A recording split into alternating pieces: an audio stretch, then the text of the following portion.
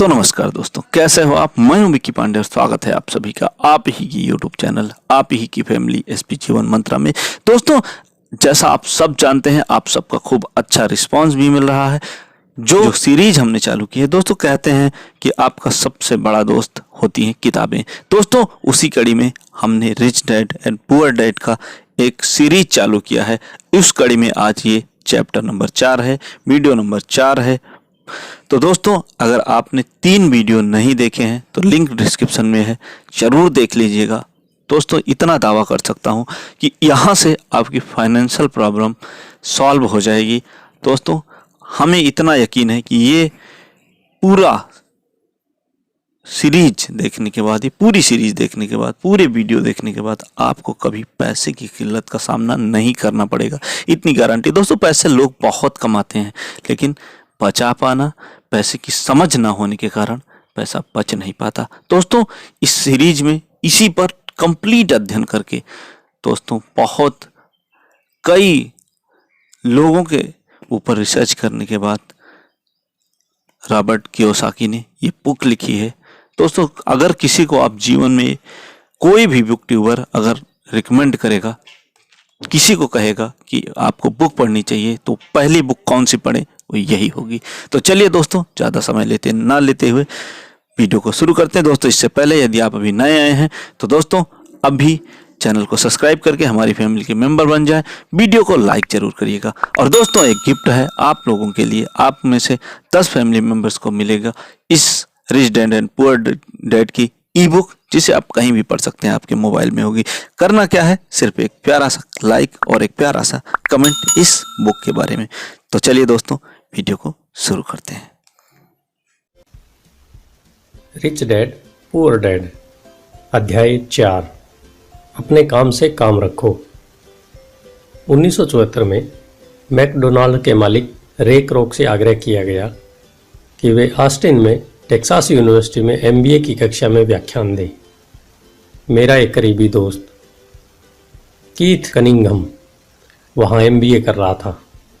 बहुत अच्छी और प्रेरणादायक चर्चा के बाद कक्षा खत्म हो गई और विद्यार्थियों ने रे से पूछा कि क्या वे बियर के लिए उनकी फेवरेट बार में चलेंगे। रे तैयार हो गई। जब सब लोगों के हाथ में बियर आ गई, तब रे ने पूछा, मेरा असली बिजनेस क्या है। हर कोई हंस पड़ा। ज़्यादातर एमबीए विद्यार्थियों को ऐसा लगा जैसे रे मजाक कर रहे थे। किसी ने जवाब नहीं दिया, इसलिए रे ने दोबारा यही सवाल पूछा, आप लोगों की नज़र में मेरा बिजनेस क्या है। विद्यार्थी दोबारा हंस दिए और आखिरकार एक बहादुर विद्यार्थी ने जोर से कहा, रे, दुनिया में ऐसा कौन है जो यह नहीं जानता कि आप हैमबर्ग बिजनेस में हैं। रे हंस दिए। मुझे मालूम था कि आप लोग यही कहेंगे। वे एक पल के लिए रुके और इसके बाद उन्होंने कहा, लेडीज़ एंड जेंटलमैन, मैं हैमबर्ग बिजनेस में नहीं हूँ। मेरा असली बिजनेस है रियल एस्टेट। कीथ ने कहा कि रे ने अपने नज़रिए को समझाने के लिए काफ़ी समय लिया। अपने बिजनेस प्लान में रे जानते थे कि बिजनेस का मूल लक्ष्य हैमबर्ग फ्रेंचाइजी बेचना था, परंतु वे कभी भी हर फ्रेंचाइजी की लोकेशन को नहीं भूले। वे जानते थे कि रियल एस्टेट और इसकी लोकेशन हर फ्रेंचाइजी की सफलता में सबसे महत्वपूर्ण तत्व है। मूलतः वह आदमी जो फ्रेंचाइजी खरीद रहा था और रे क्राक के फ्रेंचाइजी खरीद रहा था और रे क्राक के संगठन की फ्रेंचाइजी चेन का सदस्य बनता था, वह भी उस जमीन के लिए पैसे दे रहा था और उसे खरीद रहा था। आज मैकडोनाल्ड दुनिया में रियल एस्टेट का सबसे बड़ा अकेला मालिक है, जिसके पास कैथोलिक चर्च से भी बड़ा ज़्यादा रियल एस्टेट है।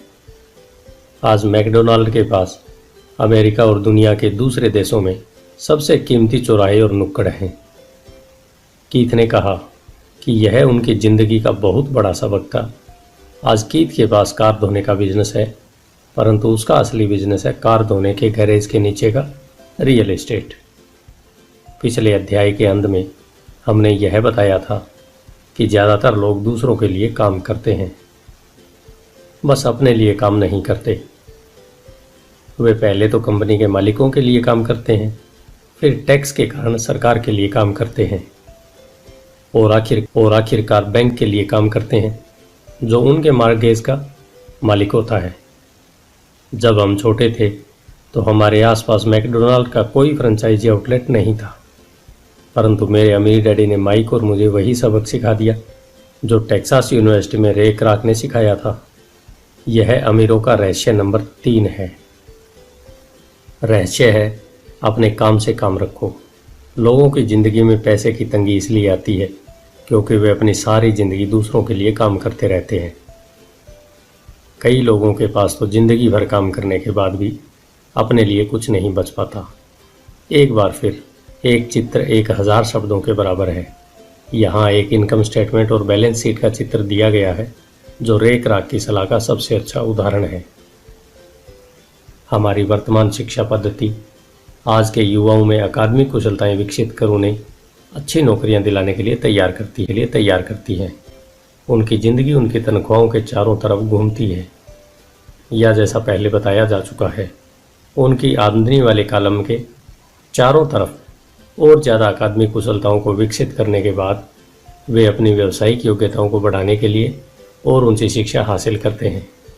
वे इंजीनियर, वैज्ञानिक, रसोइये, पुलिस अफसर, कलाकार, लेखक इत्यादि बनने के लिए पढ़ाई करते हैं। उनकी व्यावसायिक योग्यताएं उन्हें काम करने और पैसा कमाने का मौका देती हैं, परंतु ध्यान रहे, वे पैसे के लिए काम करते हैं। आपके प्रोफेशन और आपके बिजनेस में बहुत बड़ा अंतर है। मैं अक्सर लोगों से पूछता हूँ, आपका बिजनेस क्या है? और वे कहते हैं, मैं एक बैंकर हूँ। फिर मैं उनसे पूछता हूँ कि क्या वे बैंक के मालिक हैं? और सामान्यतः उनका जवाब होता है, नहीं, मैं वहाँ काम करता हूँ। इस तरह उन्होंने अपने प्रोफेशन बैंकर का हो सकता है, परंतु उनका अपना बिजनेस कुछ भी नहीं है। रे क्राक अपने प्रोफेशन और अपने बिजनेस के बीच के अंतर को बहुत अच्छी तरह जानते थे। उनका प्रोफेशन हमेशा वही था, वे एक सेल्समैन थे। एक समय वे मिल्क शेक के लिए मिक्सर बेचते थे और कुछ ही समय बाद वे हैम्बर्ग फ्रेंचाइजी बेचने लगे। हालांकि उनका प्रोफेशन हैम्बर्ग फ्रेंचाइजी बेचना था, परंतु उनका बिजनेस आय दिलाने वाले रियल एस्टेट को इकट्ठा करना था। स्कूल के साथ एक समस्या यह है कि आप जो विषय पढ़ते हैं आप वही बन जाते हैं। उदाहरण के लिए, अगर आप कुकिंग का अध्ययन करते हैं तो आप शेफ बन जाते हैं। अगर आप कानून का अध्ययन करते हैं तो आप वकील बन जाते हैं। और अगर आप ऑटो मैकेनिक का अध्ययन करते हैं तो आप मैकेनिक बन जाते हैं। जो पढ़ा जाए वही बन जाने में गलती यहाँ होती है कि लोग अपने काम से काम रखना भूल जाते हैं। वे अपना सारा जीवन दूसरों के काम पर ध्यान देने में लगा देते हैं और इस तरह उन्हें अमीर बनाते हैं। आर्थिक रूप से सुरक्षित बनने के लिए किसी आदमी को अपने काम से काम रखने की ज़रूरत है। आपका बिजनेस आपकी संपत्ति वाले कॉलम के चारों तरफ घूमता है, जो आपकी आमदनी वाले कॉलम के विपरीत होता है। जैसा पहले बताया जा चुका है, नंबर 1 नियम यह जानना है कि संपत्ति और दायित्व के बीच अंतर होता है और इसलिए हमें संपत्ति ही खरीदना चाहिए। अमीर लोग अपने संपत्ति वाले कॉलम पर ध्यान देते हैं, जबकि बाकी सभी लोग अपने इनकम स्टेटमेंट पर ध्यान देते हैं। इसलिए हमें यह बहुत सुनने में आता है, मुझे ज़्यादा तनख्वाह की ज़रूरत है, काश कि मुझे प्रमोशन मिल जाए, मैं एक बार फिर स्कूल जाकर कुछ और प्रशिक्षण लेने वाला हूँ ताकि मैं बेहतर नौकरी पा सकूँ, मैं ओवर टाइम कर, शायद मुझे कोई पार्ट टाइम काम मिल जाए, मैं 2 सप्ताह में नौकरी छोड़ रहा हूँ, मुझे एक नई नौकरी मिल गई है जिसमें तनख्वाह ज़्यादा है। कई समूहों में ये समझदारी के विचार हैं, परंतु अगर आप रे क्राक की बात समझ लेते हैं तो ऐसा करके आप अपने काम से काम नहीं रख रहे हैं। ये सभी विचार अपना पूरा ध्यान आमदनी वाले कॉलम पर केंद्रित किए हुए हैं और अगर अतिरिक्त धन का उपयोग आमदनी बढ़ाने वाली संपत्तियों को खरीदने में किया जाता है तभी वह आदमी आर्थिक रूप से सुरक्षित हो सकता है। गरीब और मध्यम वर्ग के ज़्यादातर लोग पुरातनपंथी होते हैं, यानी मैं जोखिम नहीं उठा सकता, यानी कि उनका आर्थिक आधार नहीं होता। वे अपनी नौकरियों से चिपके रहते हैं, वे खेल को सुरक्षित तरीके से खेलते हैं। जब कंपनियों का आकार छोटा होने लगा तो लाखों करोड़ों लोगों को पता चला कि जिसे वे अपनी सबसे बड़ी संपत्ति मानते थे यानी कि उनका घर, वह उन्हें जिंदा मार रहा है। उनकी घर नामक संपत्ति हर माह उनकी जेब से पैसे निकलवा रही है। उनकी कार, उनकी दूसरी संपत्ति उन्हें जिंदा मार रही थी। गैरेज में रखे $1000 में खरीदे गए उनके गोल्फ क्लब अब $1000 के नहीं रह गई थी। नौकरी की सुरक्षा न होने के कारण अब उनके पास जीवन यापन का कोई आधार नहीं बचा था। उनके विचार में जो संपत्तियां थी, पैसे के संकट के समय में वे उनकी कुछ भी मदद नहीं कर सकती थी। मैं यह मानकर चल रहा हूँ कि हम में से ज़्यादातर ने मकान खरीदने या कार खरीदने के लिए बैंकर से लोन के लिए आवेदन फार्म भरा है। नेटवर्थ खंड पर नज़र डालना हमेशा रोचक रहता है। यह रोचक इसलिए होता है क्योंकि इससे हम जान पाते हैं कि बैंकिंग और अकाउंटिंग में किन चीज़ों को संपत्तियां माना जाता है।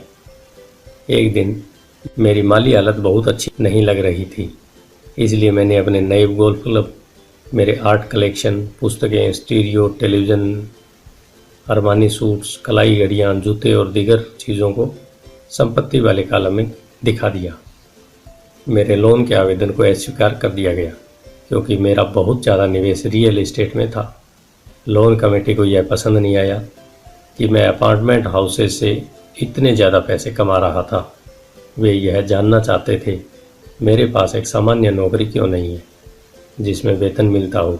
उन्होंने मेरे अरमानी सूट्स, गोल्फ क्लब या आर्ट कलेक्शन के बारे में कोई सवाल नहीं किए। ज़िंदगी कई बार कठिन हो जाती है जब आप स्टैंडर्ड प्रोफाइल में फिट नहीं होते। मैं हर बार चौंक जाता हूँ जब मैं किसी को यह कहते हुए सुनता हूँ कि उनकी नेटवर्थ $10 लाख है या $1 लाख है या ऐसा ही कोई और आंकड़ा।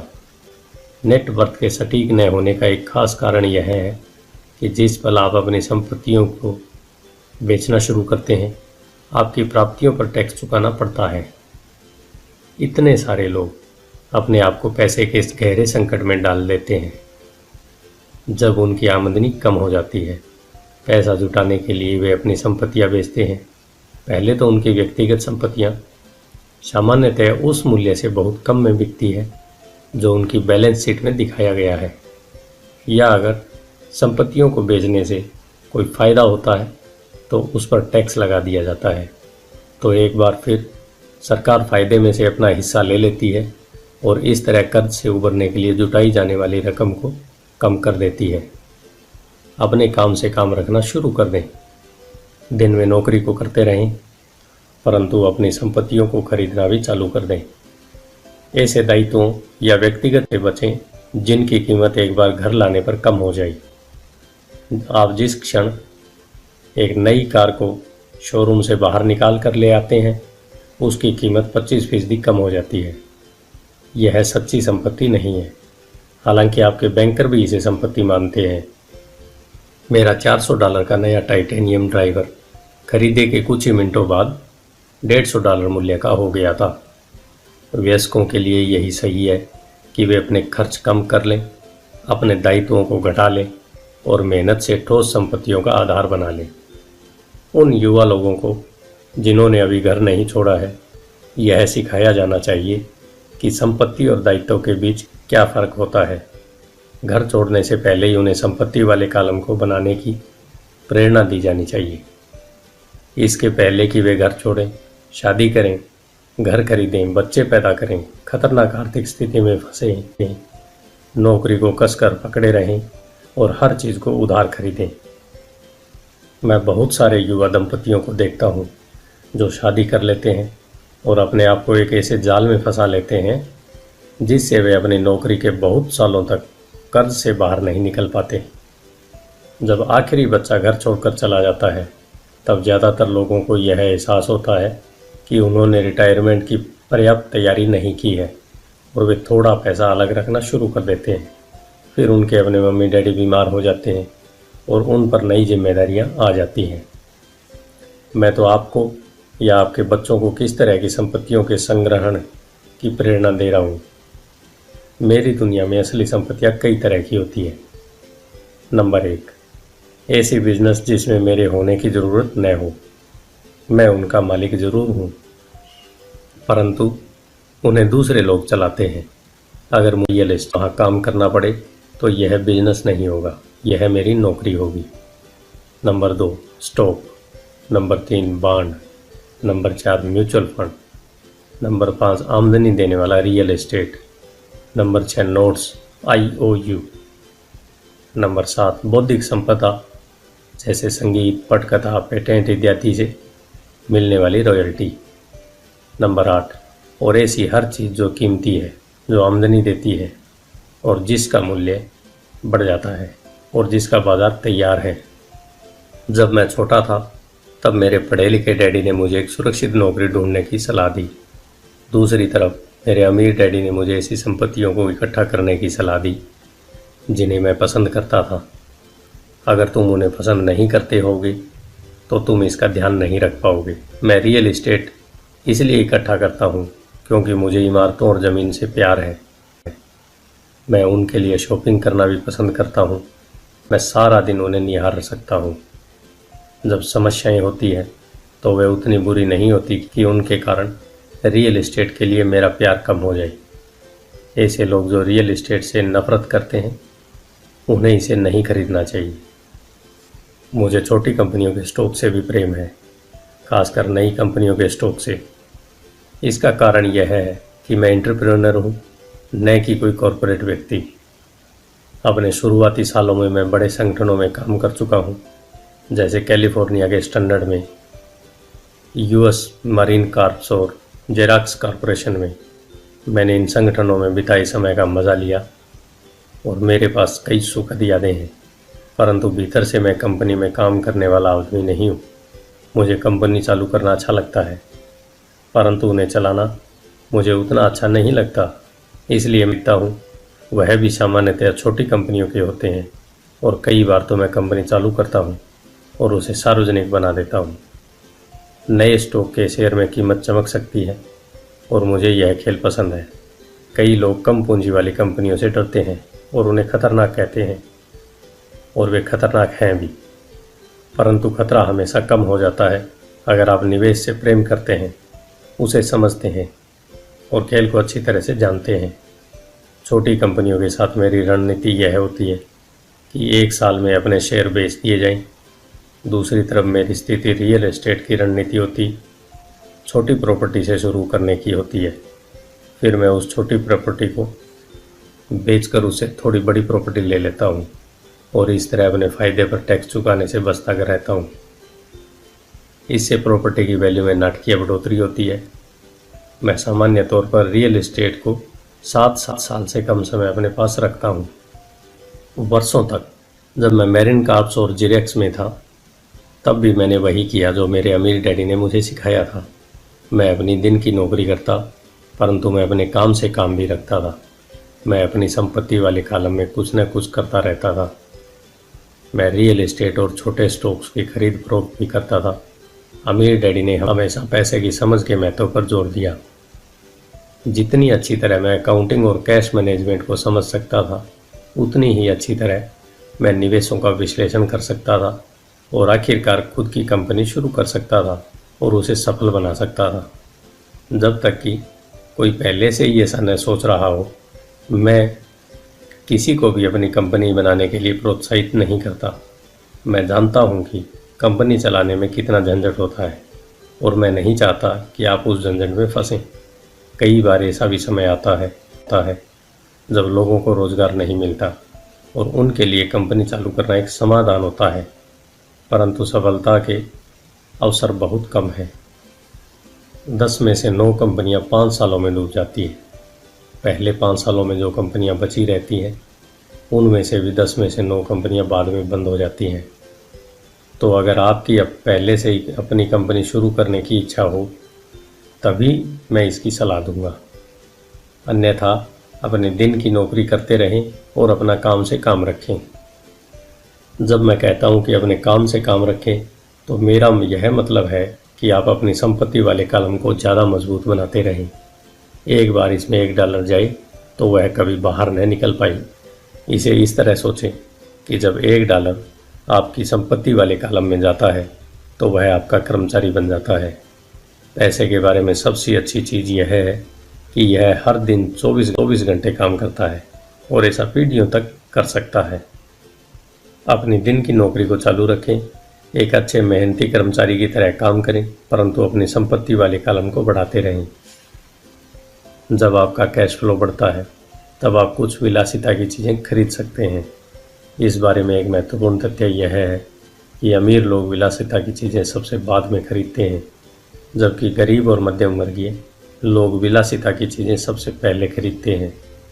गरीब और मध्यम वर्गीय लोग अक्सर बड़े घर, हीरे, फर, ज्वेलरी जैसी विलासिता की चीज़ें इसलिए खरीद लेते हैं ताकि वे अमीर दिख सकें। वे अमीर दिखते हैं, परंतु असल में वे उधार के दलदल में गहरे धंसते चले जाते हैं। वे लोग जिनके पास पीढ़ियों से पैसा है, जो लंबे समय से अमीर हैं, वे अपने संपत्ति वाले कॉलम को सबसे पहले बनाते हैं। फिर संपत्ति वाले कॉलम से होने वाले आमदनी उनके लिए वे हैं।